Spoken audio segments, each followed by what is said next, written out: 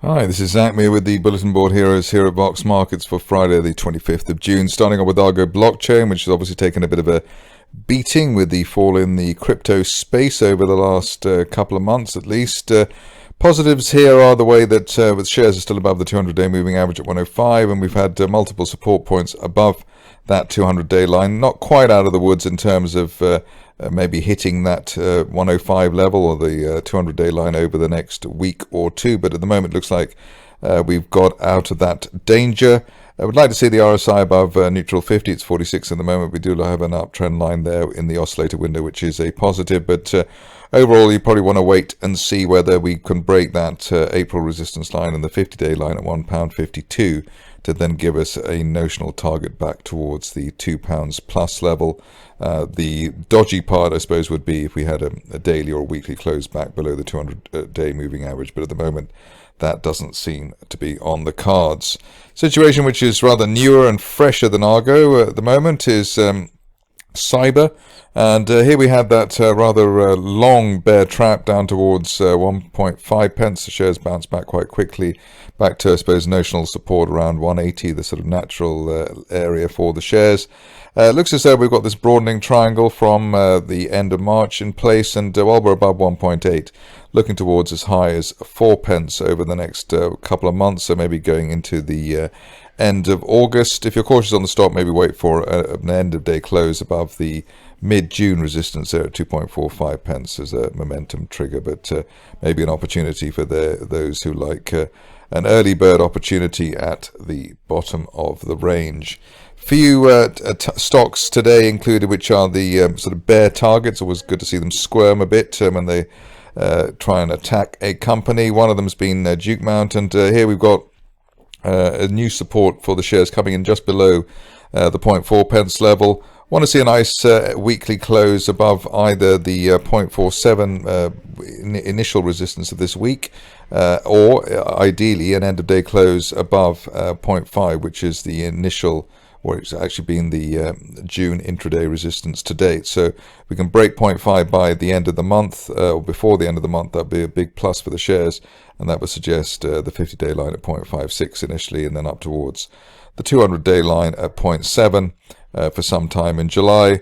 Otherwise, below 0.38 recent support, then we're risking back down to 0.3. But at the moment, it looks as though the share's quite comfortable above 0.4 and trying once again to break 0.5. Stock which has also got its technicals in a row at the moment. Looks as though we've finally found support for Eurasia. I suppose where we had it before, really, in the upper teens. We had that in July last year. Back in September, I suppose there was that brief dip below 15 pence, but the 17, 18, 19 pence area has been support for the shares over the past year and more, and looks like that has come to pass again. A bit of bullish divergence there in the RSI window, with the sort of the support coming in at 18.5, but higher RSI trace as well. All we're probably wanting to see now is a proper end of day close back above that initial June support at 21 pence, which hopefully we'll get today. Weekly close above 21 pence, and then we're looking hopefully towards the upper 20s, maybe the 200-day moving average at 27 pence. As I said, just to try and defy the bears. Big resistance line there from December at 27 as well, so that looks as though it's the level to beat at the moment, or at least in the near term. Nice spike higher for Genedrive today, which has probably been one of the main and only highlights of the day to date, which has been rather dull so far. The level to look at now is 60 pence, which was the old March support. If we can get above that or remain above that over the near term, that would be great. We've also got that old high on the way down to 58 pence, but really looks like 60 pence the level to hold, and then if we can get a decent end of a week close today above the 50-day moving average at 66 pence, the target here would then be the 200-day line at 84 pence. So 60, 66, and then 84. The roadmap for Genedrive at the moment, and decent bullish divergence, I suppose, from March with the lower lows that we've had this month, and almost a flat RSI support line there, so pretty impressive. as far as that Genedrive setup is concerned at the moment. Also, we broke that line of resistance there, but I think it's about 60, as I said, 60, 66 and 84. On Genedrive, another very difficult stock, one that is more of a charting challenge than anything else. Hurricane Energy. Here we've had a few days, tentative days above the 50-day moving average at 1.42. That is reasonably impressive. But the initial 1.4, or rather 1.3 pence, I don't get the right level there, 1.5 pence initial June support has come in, June resistance has come in as new support now, so above the 50-day line and above the 1.5 pence area, looking for higher highs. The initial peak there, 2.2 from late in May, seems to be a logical target for the stock, even if it then fails after that. So ideally above 1.5, going up towards 2.2 for Hurricane over the near term, hopefully during July. On to MyHealthChecked, which seemed to be down and out over the last few weeks, but has nipped back with some degree of gusto. Here we've had an old February support there around the 3.1 pence level. Above that, looking for the 50-day moving average at 4.34, hopefully as soon as the end of next month. We've got some resistance there as well from back in May, so 4.3 plus is going to be difficult, but I think 4.3 itself hopefully can be hit over the next month or so for MyHealthChecked, especially after that bear trap effect from below 3.1 pence that we've had over the last week. So that, and also a bit of bullish divergence there with the lower support for late June and almost flat RSI, so that is quite encouraging. Onto a stock which I think I covered yesterday or very recently, and it's good to see that it's responded, maybe not because of me, but for other reasons. Here we've got Oriole, and the stock has been sort of coming back from that bull trap through 1.2 pence last month. Nice situation now, I think, with the possibility of a falling wedge breakout. So it just needs about 0.65 pence plus to give a notional target there towards the 200-day moving average at 0.74 over the next week, and maybe the upside a bit more after the bear trap that we've had below 0.66 over the last week or so.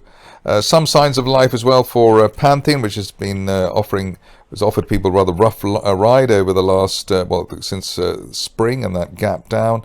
Here it looks as though we're going to get pretty imminently an end of day close back above 37 pence, the top of that gap.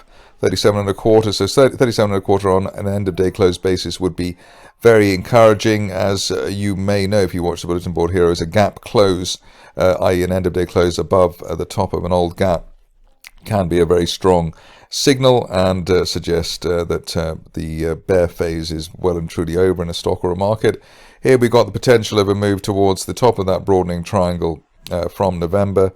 That's up to 50 pence, and that could be seen as soon as the end of the next month if we can get a quick end of day close above 37 and a quarter pence over the next session or two. Good to see RMS, where we've had a second decent day to the upside. We had the last time I looked. We had that possibility earlier in the week that there would be a bounce off that February support line, and that's what we've got, or what we had in the end. So 0.8, 0.9 was seen as a support area. Broken that line of resistance at 1.1 pence as well. Want to stay above that on an end of day close basis in order to get the sort of the best case scenario target at the moment up towards the 200-day moving average at 1.73. So above 1.1, looking towards 1.75 pence by the end of next month if everything goes according to the technical plan. Another stock which is being hit by the bears, or at least bear attacks in the recent past, has been Tern. What we see here is that we did actually escape the rising trend channel that I'd drawn previously, but it looks as though all it was really is a bounce, or all we've had really is an end of day a rebound rather off the 50-day moving average at 19 pence. That's slightly adjusted at the trajectory of the shares, but still looking for a break of 26 pence to give us up towards 45 pence over the following 1 to 2 months. So break of that 26 level could be a decent trigger for those who are fans of the shares, and only back below the 50-day line now, really suggesting that the bears may be on a winning streak, so to speak. Great news today from Xpediator with the increased guidance, which is one of the the better phrases in the RNS lexicon. Here we've had a gap to the upside too through resistance, which is probably the best you can see on a technical basis. So double win for Xpediator today. What we'd like to see is an end of day close or a weekly close above 76 pence. And that would then suggest that we're heading up towards the 95 to 97 pence area as soon as the end of next month. I think I covered these shares before, so they've actually, it's one of those situations where the fundamentals and the technicals are matching pretty well. That's it for me today. More updates early next week.